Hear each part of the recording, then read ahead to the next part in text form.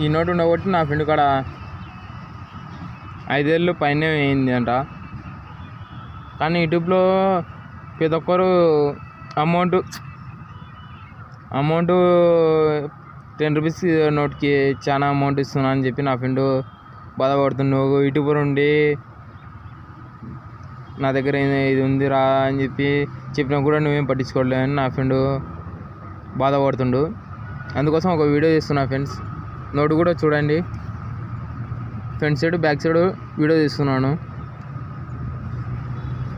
పాత నోటు కూడా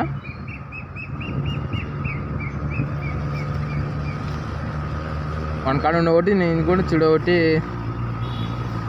3 సంవత్సరాలు దగ్గర అయింది.